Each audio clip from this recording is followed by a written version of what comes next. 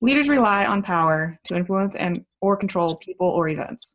We will be looking at power's effect, good and bad, on group communication amongst the non-leaders. We will specifically be looking at informational, expert, reward, coercive, and legitimate power. First, here's Katie discussing informational power. Informational power is a form of leadership that is based on controlling access to information needed by others. It is one of the bases for social power, similar to expert power, which we will discuss shortly. Informational power is the most transient form of power. For example, if a project manager has all the information for a specific job, that would give her informational power. But it's hard for a person to keep this power for long. To complete the job, the information needs to be shared with others working on the project, and eventually the power is given away. There is a transformative period in history following World War II, and with the rapid development of technology, communication, and computers, a shift in the primary type of power in society moved from force and wealth to a new informational age, which quickly revealed the versatility of knowledge. But possessing the information is not typically the vital act. It is what one can and does do, or potentially can do with the information that typically is of vital importance. Information can and often is used as a weapon to extort action, utterance, agreement, or settlement by others, as in divorce, a child custody case, business dissolution, or civil suit discoveries. The impact of informational power results in cognition and acceptance by the target audience of influence. It is the ability for altered behavior initiated through information rather than a specific component change. In order to establish this form of power, an individual would likely provide a baseline of information to a targeted audience to lay the groundwork in an effort to be effective in future persuasion. Based on the potential to utilize the information, a person of power can provide rational arguments and convince others using facts or even manipulated information to create that power base. There's a link between informational power, control, cooperation, and satisfaction. Right now, our society is reliant on informational power as knowledge for influence, decision-making, and credibility. Timely and relevant information delivered on demand can be the most influential way to acquire power. Information may be readily available through public records or research, but it can also be assumed privileged or confidential, which indicates that a person's control over another's strategy increases with its informational power source. The person being influenced willingly accepts, comprehends, and internalizes the change independently without having to go back to the influencing agent and fact check the information. Excuse me. Think of it as a hyper ability to recognize when there's a need for information and to be able to identify, evaluate, and effectively use that information for an issue or problem at hand. Many socialist governments exercise informational power by controlling the media in their countries. Citizens in those societies are only exposed to news outlets which their government wants them to know about, forcing citizens to become dependent on their government leaders for information. Vladimir Putin, not sure if I said that right, set himself up to be the next president of Russia by producing a sex tape of a well-known prosecutor. He became the most powerful person in Russia to this day simply because he had information that could discredit a public official. With the right information, you can overcome someone else's power or their ability to use that power. Information, unlike goods, costs nothing to move around. Information is valuable for trade when you have it and someone else wants it.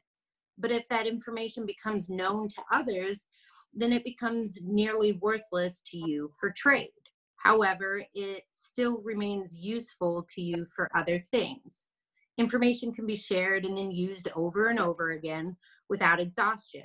It is effectively an infinite resource. However, information may become valueless as a result of some new information that supersedes or invalidates it. Sorry, losing track. Informational power is unique and different from other types of power.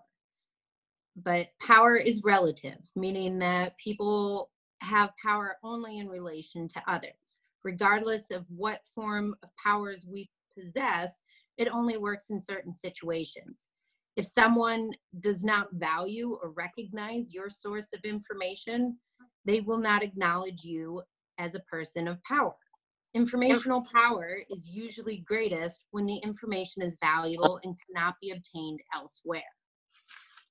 I am introducing Jack for expert power. Expert power is essentially when you are an expert in a particular subject and people are more inclined to listen to you because you have experience or you have chosen a career in said topic. It can be recognized in various ways, such as titles, like having a PhD or being recognized as a doctor, a CNA, a certified nurse's assistant, and other titles as well. It can also be recognized by acquaintances and friends around you, coworkers, and generally like people who have gotten to know you and know that you are particularly strong in experience of a certain area of study. Expert power can be expressed in many forms, such as advice and facts. Those are the two main ones. Advice is usually for open-ended areas of study where there is no definitive right or wrong answer, such as politics. You can go about policy in various ways. That's conservative and liberal. There are many different ideologies on how to achieve things in politics. Therapists can recommend various things to you depending on what they've read about, what they've studied, what they've found works with similar patients. And you can actually have a bit of expert power talking to your friends that are going through events or trials in their lives that you have gone through and that you know a little bit about. There are some good effects to expert power, such as how fast it works. It's a very fast method as due to the fact that one person has the knowledge and all the other people are essentially listening to that person, which makes it really similar to informational power. But it works best in tightly knit groups due to the fact that the larger the group gets, the more experts you're likely to have in those groups. This actually makes it a preferable practice to like autocratic leaders, those who kind of take charge of their group, and it's less about the whole and the one person's making most of the decisions, which can be a good or bad thing. You either prioritize the speed or you lose out, and you have some of these negative effects that I'm going to talk about. You might have some experts in open-ended topics. As I said earlier, this can be a negative thing because there's no definitive right answer, and it's going to disrupt the group if there are people who have a little bit of knowledge in that subject and like to throw out their 2 cents, and they might dispute or rebuttal the expert. There's also the risk of having false experts or self-proclaimed experts that believe that they are experts in a particular topic when indeed they aren't. And this can get very bad if the rest of the group believes this and follows the leader who doesn't know what they're talking about. There's also the risk of experts that control the information that they share about a particular topic. Katie had a great example about socialism and media flow, essentially, in those countries, as it kind of restricts what everyone else knows. But this would be done on a smaller scale, like if a doctor didn't share with a patient this treatment's available to you and decided to go another way. Expert power is best used in smaller groups. As I said earlier, that not necessarily everyone needs to know the information, but having like groups of people that like have the expert kind of lead and guide the other members of the team as they work towards a common goal. This is actually best like supervised by like a higher up as just to control the what information is being spread down. It can be effective just due to how fast of a process it is, as you have one person in charge of a bunch of other people and you can have them do busy work essentially. And it's a good method when applied to small groups, as I said earlier. And now Michelle will talk about reward power. Reward power is when something can be given in recognition of doing what the leader says. Rewards, they can be tangible or intangible. They can be given to groups or individuals. A tangible reward is something that you can hold or has monetary value, you can see, touch. Examples would be like bonuses or incentive pay, getting a pay raise, extra time off, a company car, gifts, gift cards, prizes, profit sharing, free company service or merchandise like company t-shirts, a team lunch. Intangible rewards are things that you can't really see as easily. They're more emotional value. Typically, things like getting praise from your supervisor, maybe a thank you note, which is semi-tangible, but so essentially it's a thank you note. Maybe an increased responsibility, a certain title, maybe you guys have competitions for employee of the month. Every month, those are all intangible rewards. The theory behind rewards is that they provide incentive to do either more work or better work. In individual reward situations, it increases friendly competition among group members. In group awards, it can build a strong bond within the team as they work toward that common goal. However, sometimes it seems like they have the opposite effect.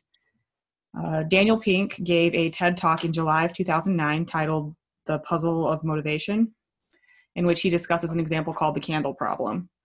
If you've never heard of the candle problem, essentially you give groups of individuals a box of thumbtacks, a candle, and like a book of matches. And the goal is to have them pin the candle to the wall in such a way that when it's lit, no wax drips onto the floor. That's the premise of the experiment. The solution actually requires a little bit of creative thinking. I won't go into the whole experiment. But basically the conclusion of the study was that, and the study has been repeated many times over the years since then, it's been done in multiple countries, but the groups who were offered rewards, incentives for doing it faster actually did worse. They were slower by several minutes. So basically what they concluded is that while rewards work for simple mechanical tasks that have a set end point, it actually narrows your focus and inhibits creative thinking.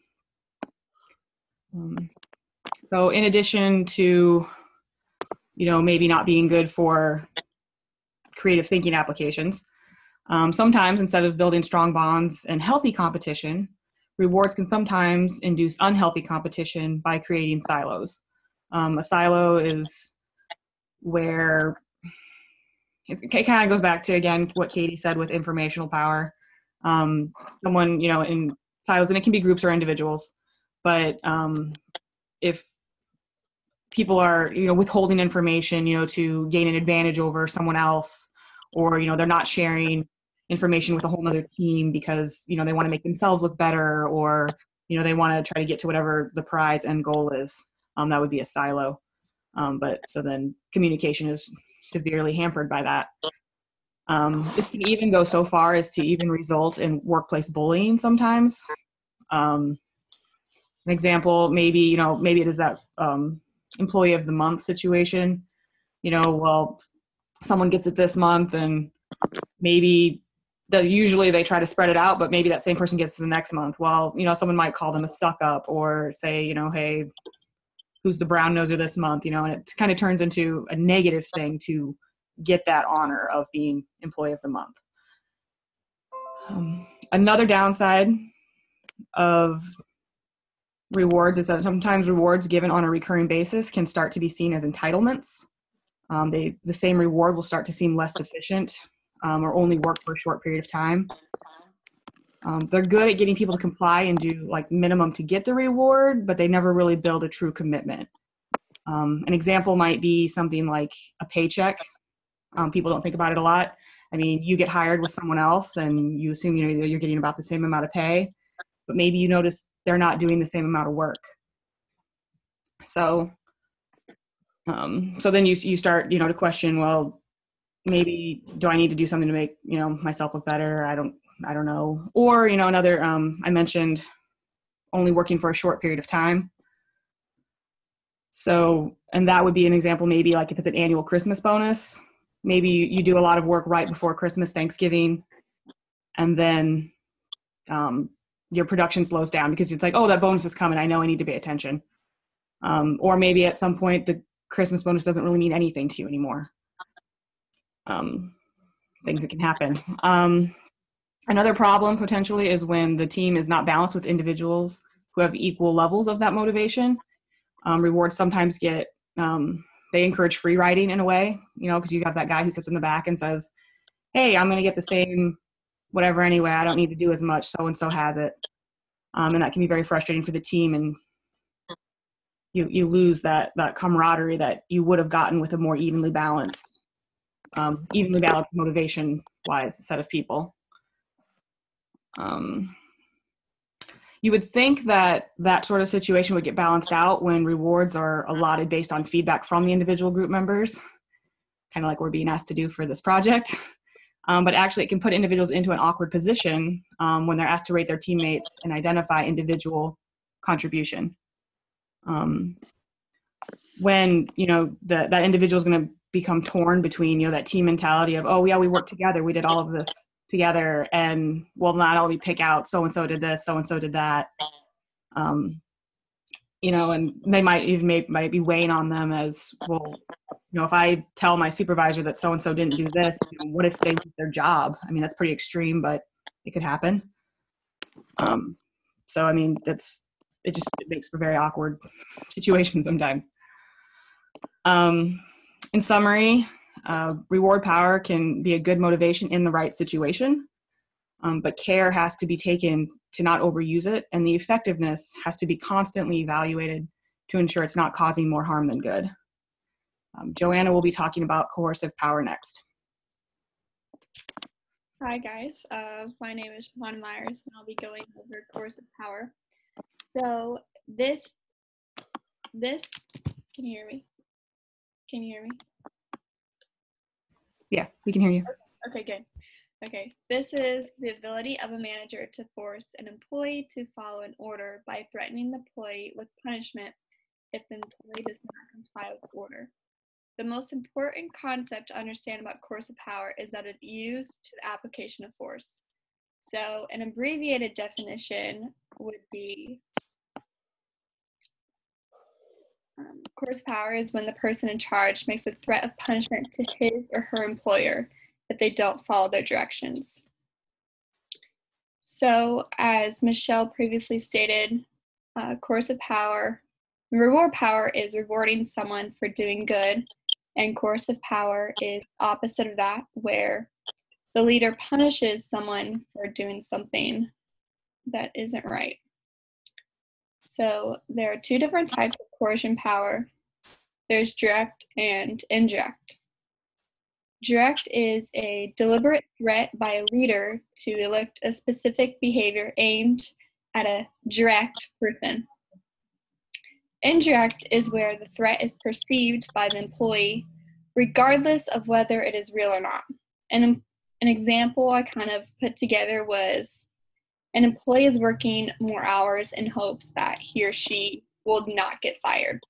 The employer is working in fear of loss, so the punishment would be getting fired by the employer. So the employer continues to work as hard as they can in hopes that they won't get fired.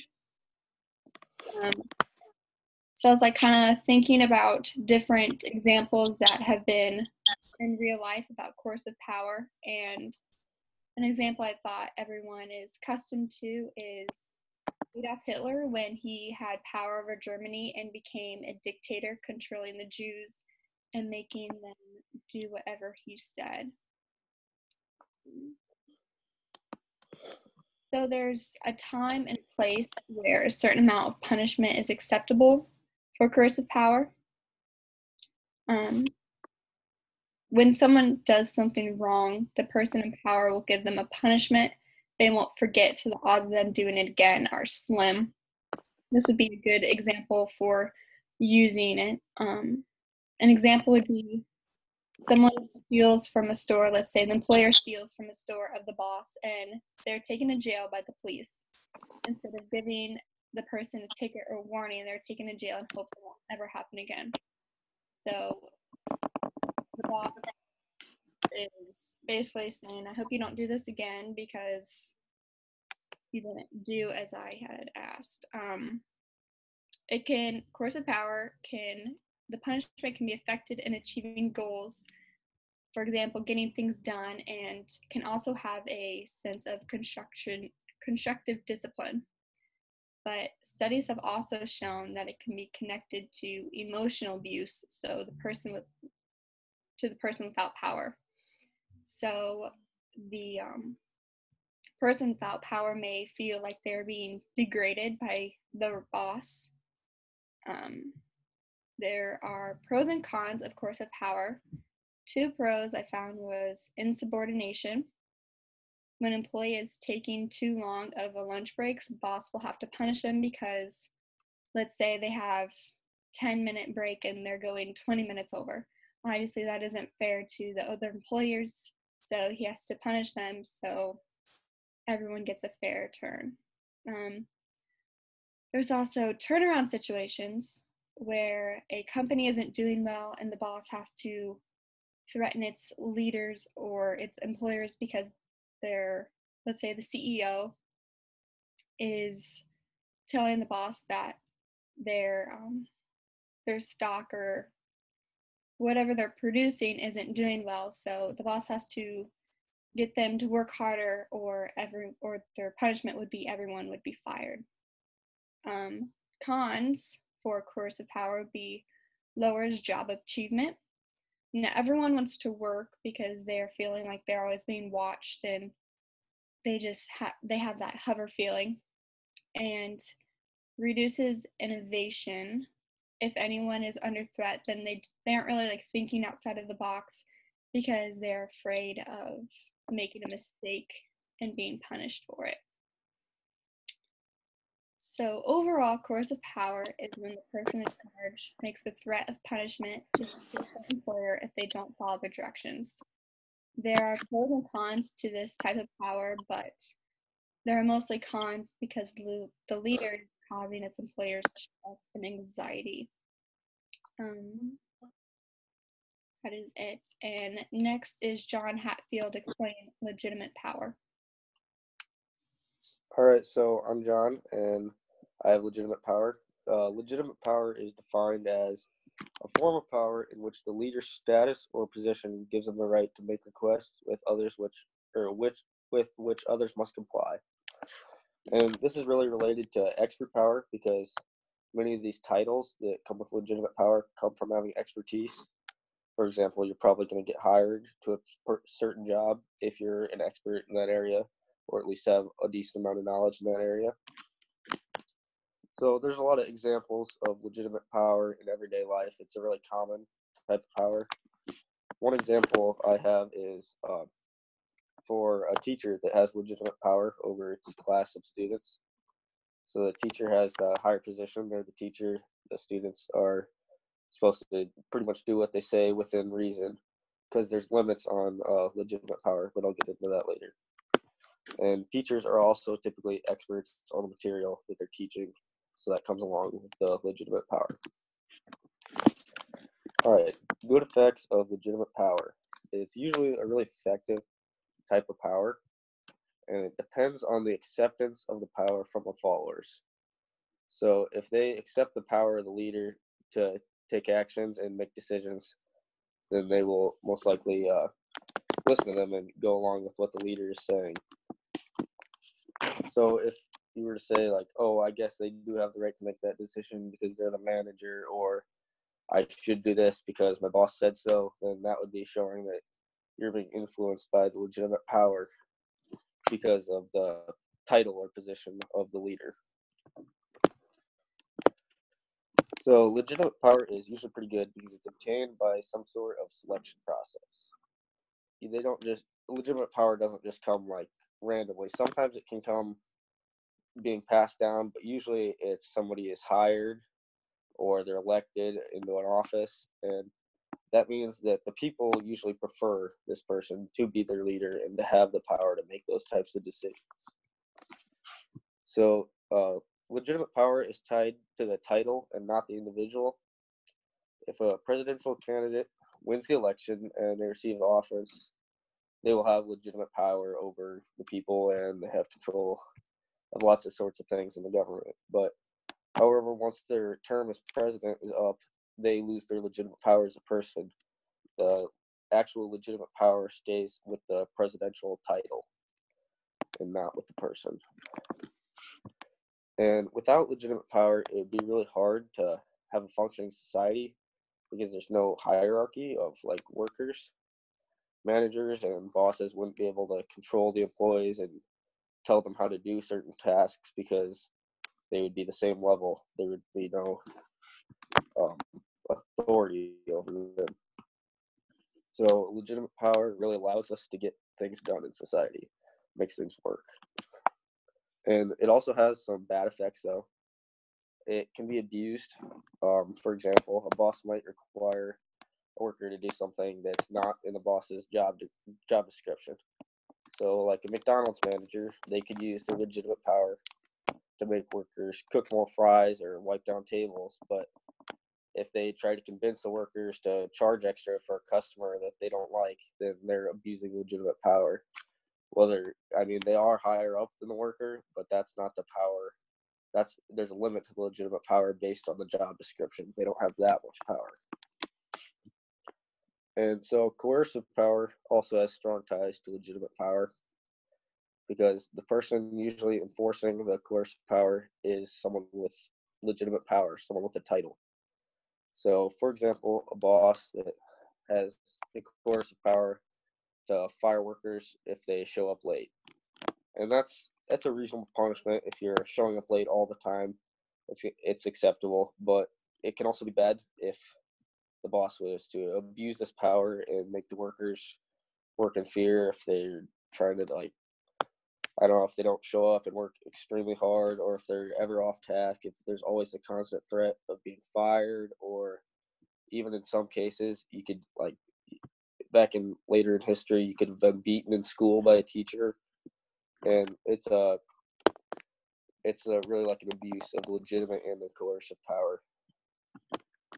And if there's a leader like this that is abusing legitimate power, it's really not good for the overall work being done because workers aren't going to want to work for them, and it's really just going to slow things down overall. It's not going to be a good work environment.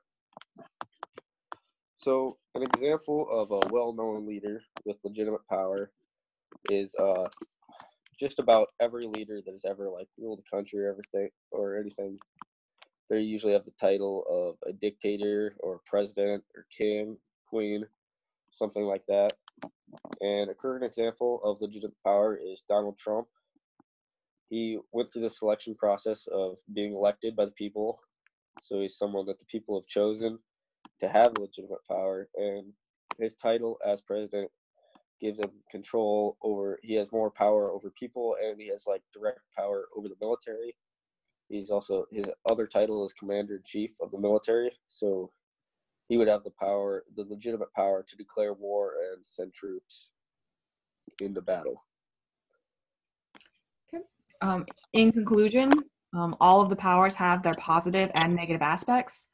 A good leader has to utilize the best one for the situation, while keeping in mind that as a situation develops, they might need to exercise different forms of power or maybe even combine them.